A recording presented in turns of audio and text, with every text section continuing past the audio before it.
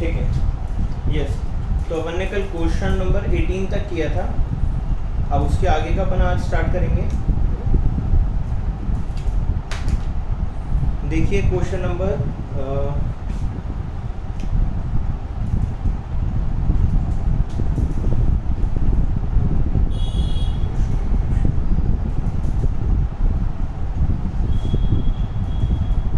Question 18th B देखिए।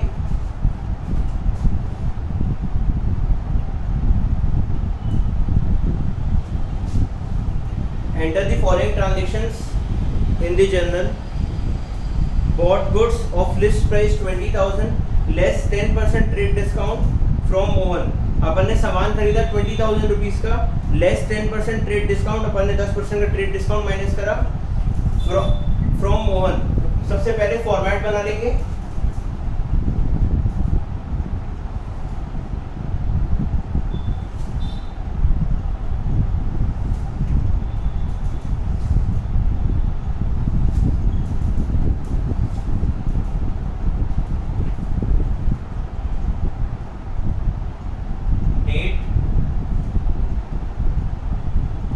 Particular LF, debit amount, credit amount, ऊपर heading आ गई journal. ठीक है, अपने को कुछ भी पता नहीं रखा किसकी बुक्स के अंदर है, तो अपन ने रैंडमली बस सिर्फ ये लिख दिया जर्नल। ठीक है, then next, bought goods of list price 20,000 less 10% trade discount from Mohan. अपन ने मोहन से सामान खरीदा, अब डेट भी नहीं दे रखी है अपने को, डेट भी, तो डेट कॉलम के अंदर अपन नंबरिंग करेंगे। तो फर्स्ट ट्रांजैक्शन अपनी है परचेज की, 20,000 का सामान अपन ने मोहन से खरीदा है 10% ट्रेड डिस्काउंट के ऊपर। Entry will be purchase account debit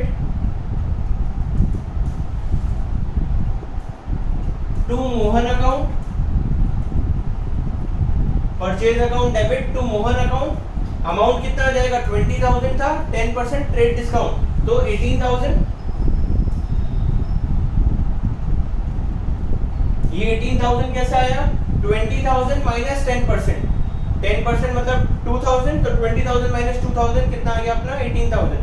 then next, sold half of the goods bought from Mohan to Kamal at a profit of 25%। अपन ने जितना सामान मोहन से खरीदा उसका 50% गुड्स अपन ने कमल को सेंड किया eight a profit of ₹25%।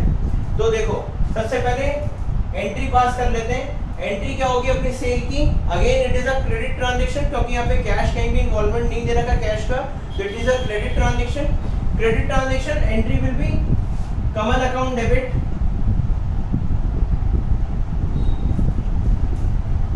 To sales account, Kamal account debit to sales account. Kamal अपना डेटर क्रिएट हो गया और सेल्स अपन ने करी है। अब अमाउंट की बात आती है, 18,000 का गुड्स था, 50% माल बेचा है, दैट इज 18,000 का 50% 9,000। 9,000 का गुड्स मैंने कितने प्रॉफिट पे बेचा, 25% प्रॉफिट के ऊपर। तो 9,000 का 25% कैलकुलेट करेंगे। 9,000 का 25% अपन ने कैलकुलेट करा,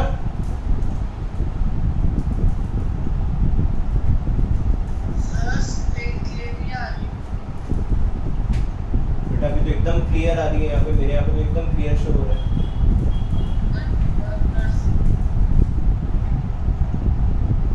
मे बी नेट इशू होगा, उस वजह से थोड़ा सा क्लियर नहीं होगी।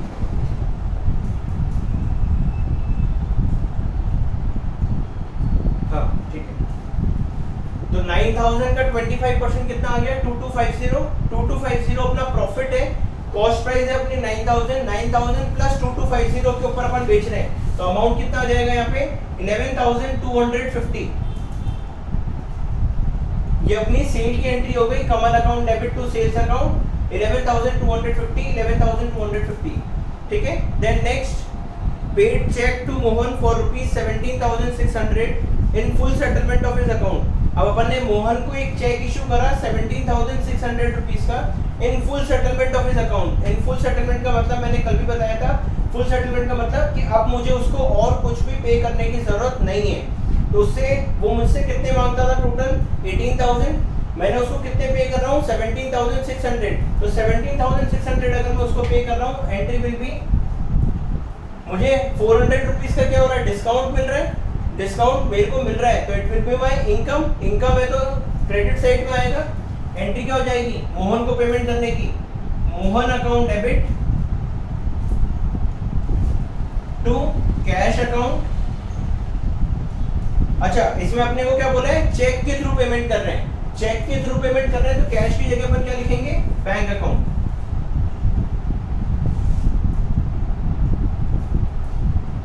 To bank account to discount receipt.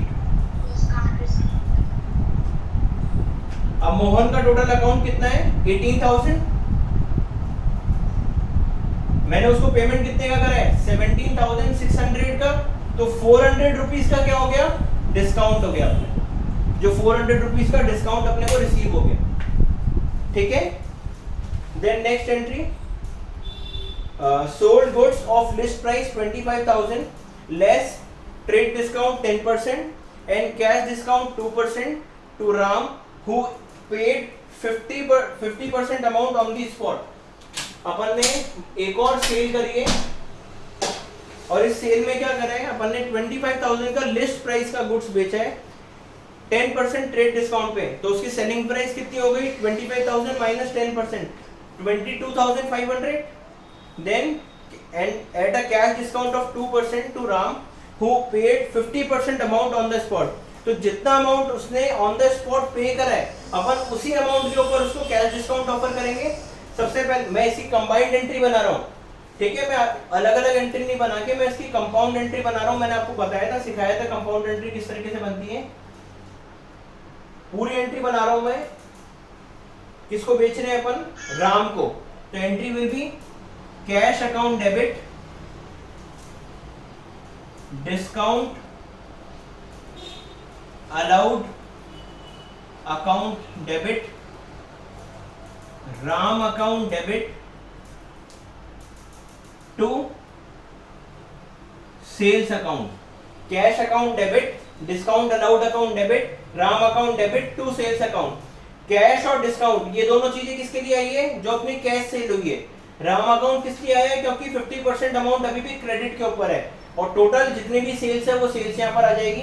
तो टोटल मेरी सेल्स कितने की है, 25,000 का गुड्स था, 10% का ट्रेड डिस्काउंट दिया मैंने, तो 22,500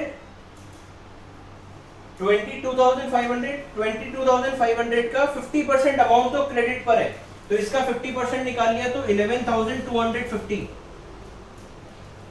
11,250, ये 11,250 तो क्या हो गया 50%, ये तो किस में चला गया, राम के अंदर, क्योंकि राम का अकाउंट अपना क्रेडिट के ऊपर है। देन जो रिमेनिंग 50% है, इस रिमेनिंग 50% के ऊपर मैंने उसको 2% का कैश डिस्काउंट ऑफर करा है, तो अमाउंट कितना आ जाएगा 11,250 इंटू 2%, तो 225 रुपीज का तो डिस्काउंट दे दिया मैंने,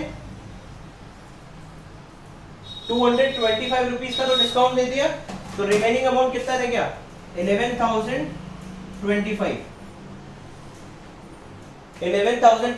ये मुझे उससे कैश पेमेंट मिल गया। तो पूरी एंट्री क्या बन गई, cash account debit, discount allowed account debit, Ram account debit to sales. Cash के अंदर ये अमाउंट आ गया, डिस्काउंट में ये 50% क्रेडिट के ऊपर, और टोटल सेल 22,500। ठीक है, then next, Kamal paid check for rupees 11,000 in full settlement of his account, which was banked after 2 days. अब देखो इसमें चेक अपने को मिला है 11,000 का कमल से इन full settlement of his account. Full settlement of his account का मतलब कि अब कमल का और अपना कोई अकाउंट नहीं बचा, तो जो भी उसका रिमेनिंग अमाउंट होगा वो रिमेनिंग अमाउंट अपन क्या करेंगे, डिस्काउंट ऑफर कर देंगे। कमल का अकाउंट था कितने का, कमल को मैंने 11,250 का सामान बेचा था, और कमल ने मुझे चेक दिया 11,000 रुपए का, मतलब 250 रुपीज का मैंने उसको डिस्काउंट दे दिया, 250 रुपीज का डिस्काउंट दे दिया, प्लस वो जो चेक उसने मुझे दिया है वो चेक मैंने 2 दिन बाद बैंक में जमा कराया, 2 दिन तक वो चेक मेरे पास ही था। तो मैंने आपको बताया था, ये चीज समझाई थी, अगर चेक अपने पास में होता है तो फर्स्ट एंट्री अपन किससे पास करते हैं, चेक इन हैंड के नाम से पास करेंगे। देन जब बैंक में चेक डिपॉजिट करेंगे तो उस डे के ऊपर अपन बैंक में चेक डिपॉजिट करने की एंट्री पास करेंगे। तो 2 एंट्री बनेगी इसके अंदर। फर्स्ट एंट्री क्या हो जाएगी, मैं इसको मिटा रहा हूं, आप लोग नोट करते चल रहे हैं ना।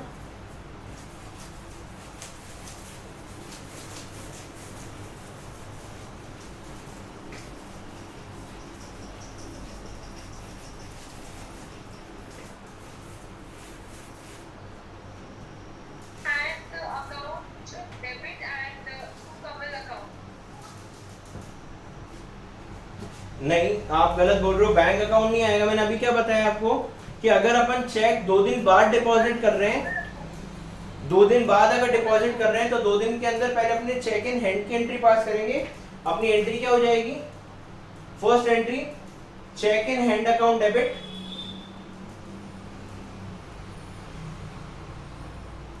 Discount allowed account debit to Kamal account. Kamal का अकाउंट कितने का था? 11,250 का। उसको मैंने डिस्काउंट कितना ऑफर करा है? 250 रुपीज, और उसने मुझे चेक कितने का पे करा? 11,000 का। ठीक है, ये तो फर्स्ट एंट्री बन गई। अब 2 दिन बाद जब मैंने ये चेक डिपॉजिट करा बैंक में, तो सेकंड एंट्री क्या बनेगी? Bank account debit to cheque in hand. क्या बोल रहे हो?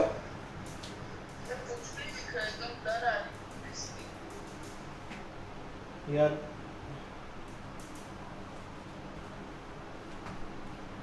मैं फोन से कनेक्ट करके देखूं एक बार और बताओ क्या करूं मैं। अभी 2-3 दिन के बाद जब तक मैं वापस जयपुर नहीं जाता तब तक तो इशू फेस करना पड़ेगा आप लोगों को। यहाँ पे मैं और कोई अरेंजमेंट नहीं कर सकता, मैं अहमदाबाद आया हूँ।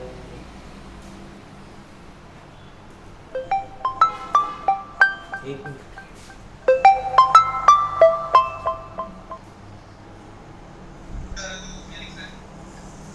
क्या बोल रहे हो?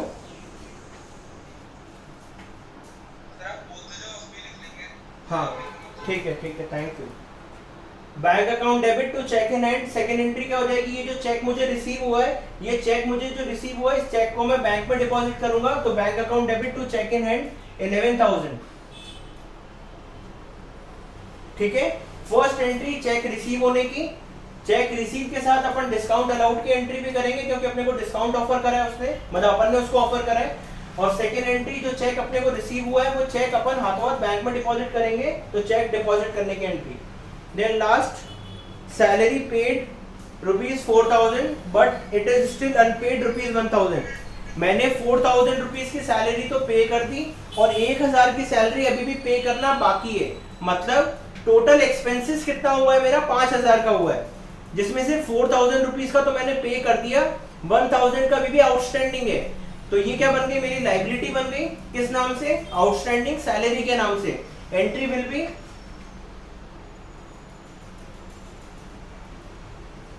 Salary account debit to cash. जो मैंने, देखो टोटल मेरा खर्चा कितने का हुआ है? 5,000 रुपीज का, जिसमें से मैंने कैश में कितना पे कर दिया? 4,000 रुपीज। तो टू कैश में कितना आ गया? 4,000। देन रिमेनिंग जो 1,000 है, वो रिमेनिंग 1,000 की सैलरी अभी भी आउटस्टैंडिंग है। आउटस्टैंडिंग मतलब कि मैंने उसको अभी तक पे नहीं करा है, तो वो मेरी लायबिलिटी बन गई। तो क्या आ जाएगा? Salary outstanding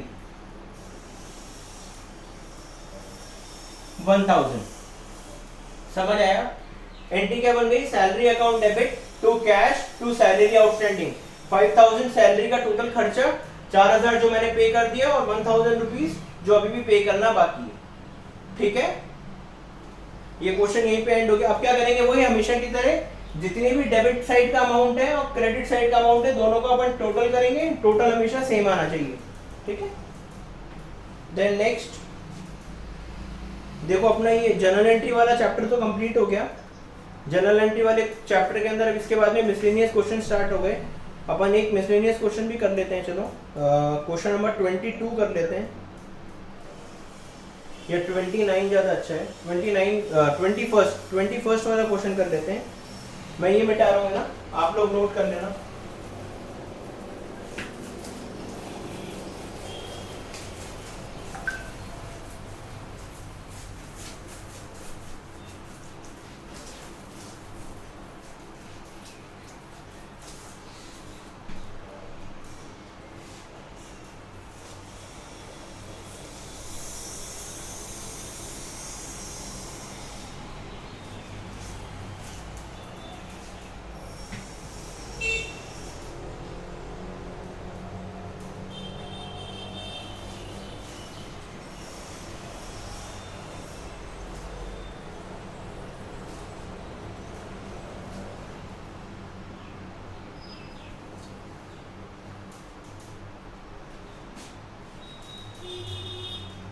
21st question, enter the following transaction in the books of Amar. अब इसमें अपने को शॉपकीपर का प्रोपराइटर का नाम दे रखा है, तो अपन प्रोपराइटर का नाम नोट डाउन करेंगे, journal in the books of Amar,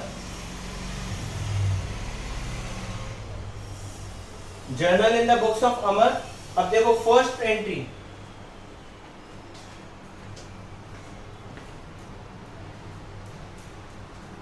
bought goods from Sohan for rupees 20,000 and paid carriage rupees 300। अपन ने 20,000 रुपए का सामान खरीदा सोहन से और 300 रुपए का ट्रांसपोर्टेशन चार्जेस पे करा। कैरेज मतलब ट्रांसपोर्टेशन चार्जेस। तो मेरा देखो किस तरीके से एंट्री पास होगी, क्या एंट्री पास होगी, फटाफट बोलो। मैंने सोहन से सामान खरीदा है, तो फर्स्ट सोहन से सामान खरीदा है, तो इसमें कैश कहीं भी इन्वॉल्व नहीं हो रहा, तो it will be a credit transaction. तो फर्स्ट एंट्री मेरी बन गई purchase account debit to Sohan account 20,000, और अब मैंने 300 रुपए का कैरेज भी पे करा है। अब कैरेज एक्सपेंसेस जो भी होते हैं वो अपन कैश में पे करते हैं। जो कैरेज मैंने पे करा है, तो कैरेज पे करने की सेकेंड एंट्री पास कर दो, carriage account debit to cash account 300, carriage account debit to cash account 300। ठीक है। Second entry, bought a horse for rupees 11,000 for delivering goods to customer.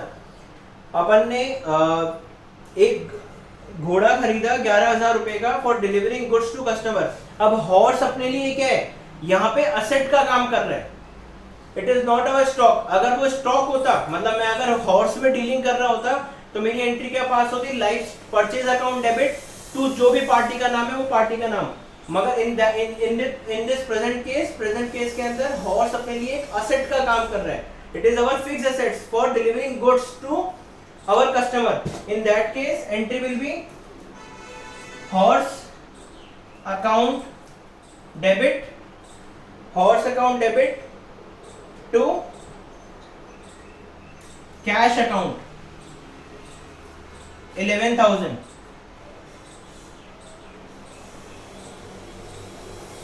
Next entry, bought motorcycle for rupees 20,000 for personal use of Amar and paid by check. We have bought a motorcycle for rupees 20,000 for personal use.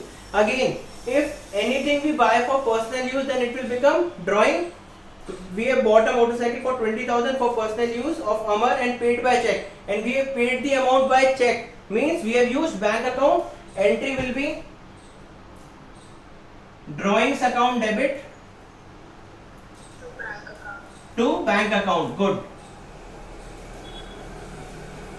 Amount कितना आ जाएगा, 20,000।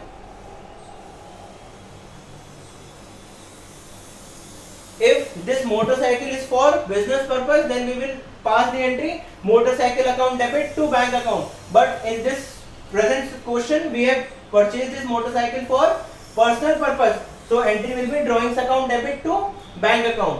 Now next, fifth point,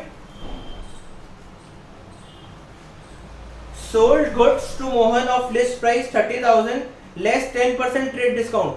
We have sold goods to Mohan of the list price 30,000 and we have given him 10% trade discount. We have given 10% trade discount, means entry will be Mohan account debit, Mohan account debit to sales account 30,000 less 10% trade discount 27,000.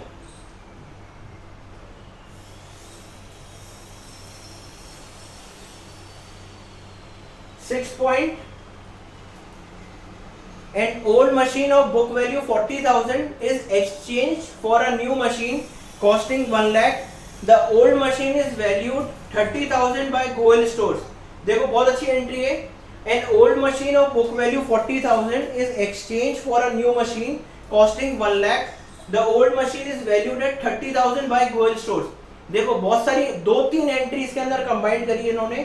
अपने पास कोई 40,000 की पुरानी machine थी, उसको मैंने नई machine के साथ एक्सचेंज करा। जो नई मशीन है उसकी कॉस्ट 1,00,000 रुपए है, और जो पार्टी है जिससे मैंने वो मशीन परचेज करी है, उस पार्टी ने वो जो अपनी ओल्ड मशीन थी वो थी अपनी बुक्स में 40,000 की, मगर वो उसने कितने में लिए, 30,000 के अंदर लिए।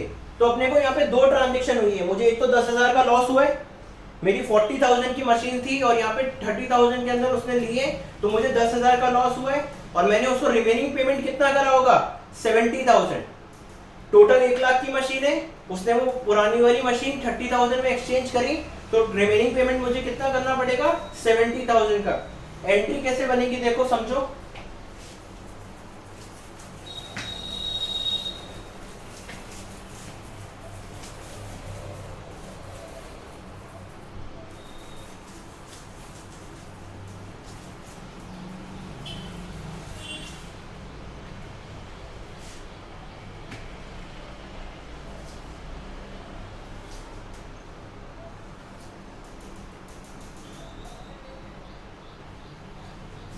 देखो सबसे पहले नई मशीन खरीदने की एंट्री, नई मशीन खरीदने की एंट्री क्या हो गई, मशीनरी अकाउंट डेबिट।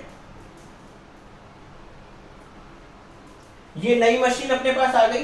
अब इसका पेमेंट मैंने किस तरीके से करा है, एक तो एक ओल्ड मशीन दी है और प्लस मैंने 70,000 रुपीज उसको पे करे। अब देखो क्या लिखा हुआ है, N old machine of book value 40,000 is exchange for a new machine costing 1,00,000। The old machine is valued 30,000 by Goel Stores.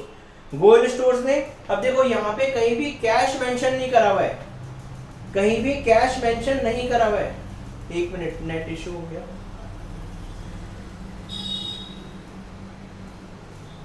आपको दिख रहा हूं मैं, आवाज आ रही है?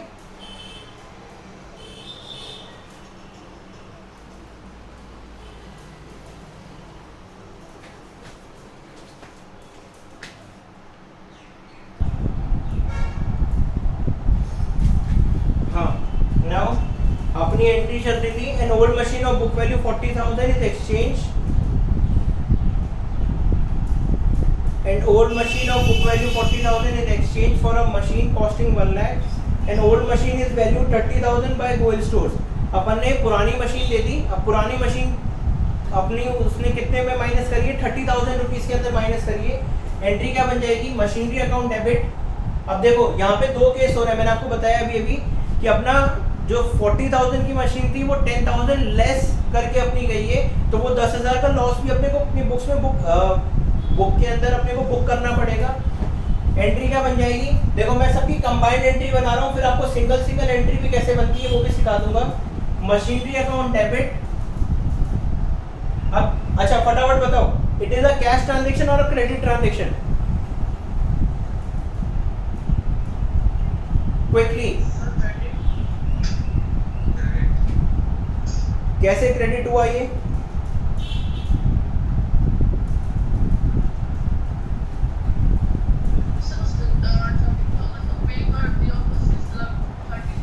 देखो इसके अंदर पार्टी का नाम इन्वॉल्व है। मैंने आपको क्या बताया था, अगर कोई भी मशीनरी या कोई भी रियल अकाउंट के साथ में पर्सनल अकाउंट का नाम आ जाता है और वहां पे कैश वर्ड नहीं लिखा हुआ रहता, that means it is a credit transaction. अपने देखो ओल्ड अपन ने मशीन एक्सचेंज करी और इसमें अपने वेंडर का नाम भी आ गया था। Old machine is value 30,000 by Goyal store, मतलब 30,000 रुपए में अपन ने गोयल स्टोर से वो मशीन खरीदी है, तो पार्टी का नाम आ गया और कैश वर्ड नहीं लिखा हुआ है, तो it will be a credit transaction. Machinery account debit, machine कितने की खरीदी मैंने, 1,00,000 रुपए की मशीन मैंने खरीदी है 1,00,000 रुपए की, प्लस मैंने देखो इसके एक्सचेंज के अंदर मैंने उसको क्या दिया, ओल्ड मशीन दे दी, तो 2 ओल्ड मशीनरी कितने की, 30,000 की। अब देखो यहाँ पे किस तरीके से नोट करना है, यहाँ का नोट करने का समझना किस तरीके से नोट करना है। अपनी जो मशीन थी वो 40,000 की थी, मगर यहाँ पे अपन देखो, अब यहाँ पे 30,000 लिखूंगा तो वो मिसमैच हो जाएगा, तो मैं किस तरीके से लिखूंगा, देखो यहाँ पे मैंने कंबाइंड एंट्री कर दी 40,000, रिमेनिंग पेमेंट मैं कैश में कर रहा हूँ या मैं पेमेंट कर ही नहीं रहा, ये क्रेडिट ट्रांजेक्शन है, तो टू गोयल स्टोर्स कितना 70,000। अब देखो यहाँ पे क्या दिक्कत आ रही है, मैंने मशीन खरीदी 1 लाख रुपए की, पेमेंट उसको कर रहा हूँ 70 का, मतलब क्रेडिट पे रख रहा हूँ 70 अमाउंट, और मशीन है 40 की, तो 70 प्लस 40 ये तो 110 हो गया, और ऊपर डेबिट साइड के अंदर 1 लाख ही आ रहा है। तो जो रिमेनिंग 10,000 है, वो रिमेनिंग 10,000 का ट्रीटमेंट कैसे होगा? रिमेनिंग 10,000 मेरे लिए क्या है? लॉस है। वो लॉस अपन लॉस में बुक करेंगे, profit and loss account debit 10,000। इस एंट्री को बहुत अच्छे से समझना, सबसे बढ़िया एंट्री है अभी तक आपके जितने भी क्वेश्चंस में आई है। मैंने एक नई मशीन खरीदी है 1 लाख रुपए की, तो वो मैंने मशीन अकाउंट डेबिट कर दिया 1 लाख रुपीस।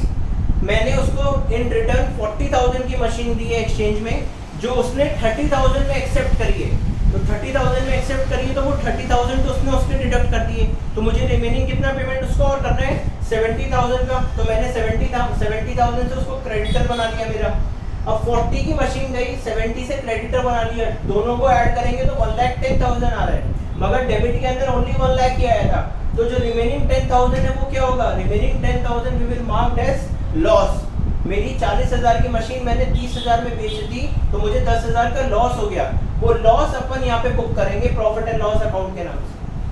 समझ आ गया? तो एंट्री क्या बन गई पूरी? Machinery account debit 1 lakh, profit and loss account debit 10,000, to old machinery 40,000, to gold store 70,000।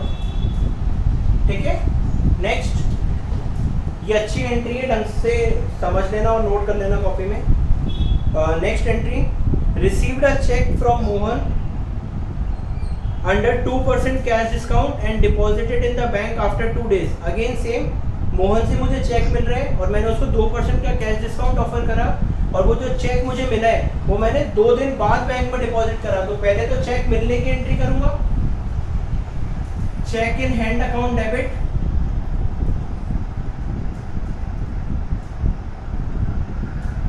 Check in hand account debit. अब मैंने उसको डिस्काउंट ऑफर करा है, तो discount allowed account debit to कौन सी पार्टी अपनी? Mohan,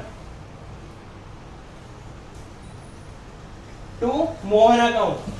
check in hand account debit, discount allowed account debit to Mohan account. अब देखो चेक कितने का मिल रहा है मुझे? मोहन से मैं कितना पैसे मांगता था? मोहन की एंट्री कहां पर है? मोहन मोहन मोहन, ये रहा। मैंने मोहन को 27,000 रुपीज के अंदर सामान बेचा था, तो 27,000 का 2% तो मैंने उसको कैश डिस्काउंट दे दिया, तो मोहन में तो आ गया 27,000। 27,000 का 2% 540 रुपीज का मैंने इसको डिस्काउंट ऑफर कर दिया, तो इसने मुझे चेक कितने का दे दिया होगा? 26,460 का। 26,460, तो cheque in hand 26,460, discount allowed 540, to Mohan account 27,000। अब ये जो चेक मुझे मिला है, ये चेक मैं बैंक में डिपॉजिट करूंगा। नेक्स्ट एंट्री क्या बन जाएगी? Bank account debit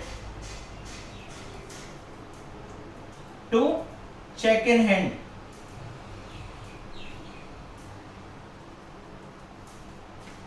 $26,460। ठीक है, देन नेक्स्ट,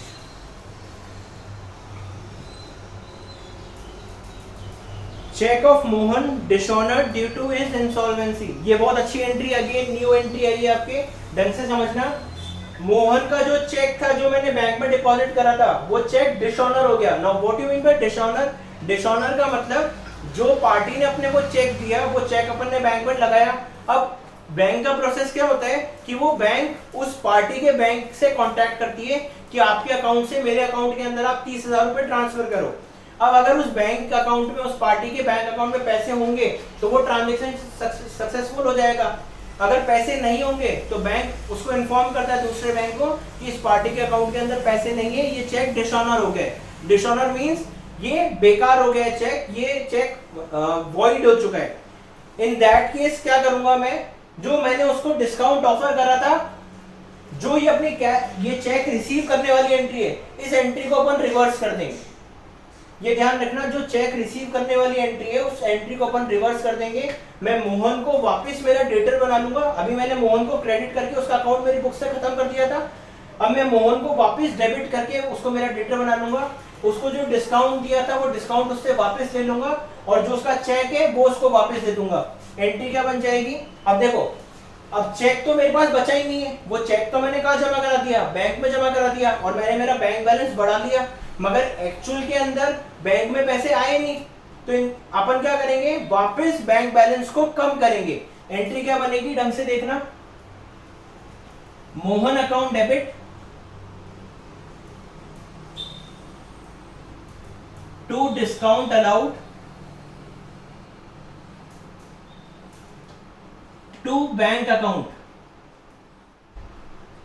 मोहन को वापस में मेरा 27,000 रुपीज से डेटर बना लूंगा। डिस्काउंट जो मैंने उसको दिया था वो डिस्काउंट उससे वापस ले लूंगा 540 का। डिस्काउंट जब अपन ने दिया था तो डेबिट करा था, डिस्काउंट वापस लूंगा तो क्या करूंगा, क्रेडिट करूंगा, मगर लिखूंगा क्या, डिस्काउंट अलाउड ही। ये ध्यान रखना, यहाँ पे डिस्काउंट रिसीव मत लिख देना, डिस्काउंट अलाउड ही लिखूंगा। डिस्काउंट अकाउंट अलाउड को मैंने डेबिट करा था, डिस्काउंट अलाउड को वापस क्रेडिट कर दिया तो उसका इफेक्ट 0 हो गया। Discount allowed 540 to bank, bank में कितने पैसे डाले थे 26,460, तो 26,460 बैंक से वापस कम कर लूंगा। तो एंट्री क्या बन गई, Mohan account debit to discount allowed to bank. ठीक है, समझ आ गया। देन नेक्स्ट, आपकी क्लास का टाइम भी हो चुका है, ढंग से फटाफट देख लो। Mohan could pay only 50 paisa in a rupee due to his insolvency. Mohan ने अपने को 50 पैसा इन अ रुपी के लिए प्रॉमिस करा है, तो वो मुझे अगर 50 पैसा इन अ रुपी पे कर रहा है, मतलब 50% अमाउंट क्या हो गया, मेरा बैड डेब्ट्स हो गया। 50% अमाउंट बैड डेब्ट्स हो गया। उस सिचुएशन में एंट्री क्या बन जाएगी, अब देखो वो पेमेंट मुझे कैश में कर रहा है, एंट्री क्या बन गई, cash account debit bad debts account debit to Mohan account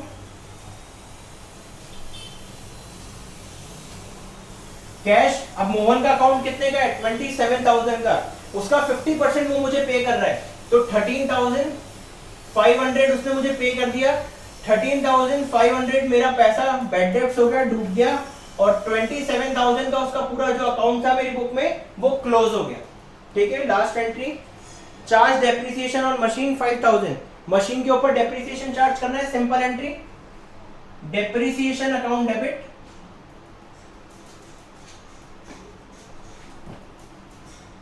to machinery account 5,000। देखो ये आपका क्वेश्चन यहाँ पर एंड हो रहा है, बस अगेन वही टोटल करना है आपको। इस एंट्री को समझ लेना, उसका उसने अपन ने चेक डिसऑनर हुआ, मैंने उसको 27,000 से वापस मेरा डेटर बनाया। डेटर बनाने के बाद में उसने बोला मैं 50% पैसे पे कर सकता हूँ, 50% में पे कभी भी नहीं करूंगा। दैट मींस वो मेरा क्या हो गया, बैड डेब्ट्स हो गया। तो cash account debit bad debts account debit to Mohan, 27,000 का 50% 13,500 कैश में आ गया, 13,500 मेरा बैड डेब्ट्स में आ गया। लास्ट एंट्री डेप्रिसिएशन की, depreciation account debit to machine की। ठीक है, इजी है, यहां तक कंप्लीट कर लेना। आपका जो जर्नल एंट्री वाला टॉपिक है वो खत्म हो चुका है। नेक्स्ट क्लास से अपन नया चैप्टर स्टार्ट करेंगे, दैट इज कैश बुक। ठीक है, तो कैश बुक के लिए प्रिपेयर करना। यहां तक के जितने भी क्वेश्चंस हैं वो सारे क्वेश्चंस आप अपनी कॉपी के अंदर कंप्लीट कर लेना। मैं एक मिनट की क्लास एंड कर दूं।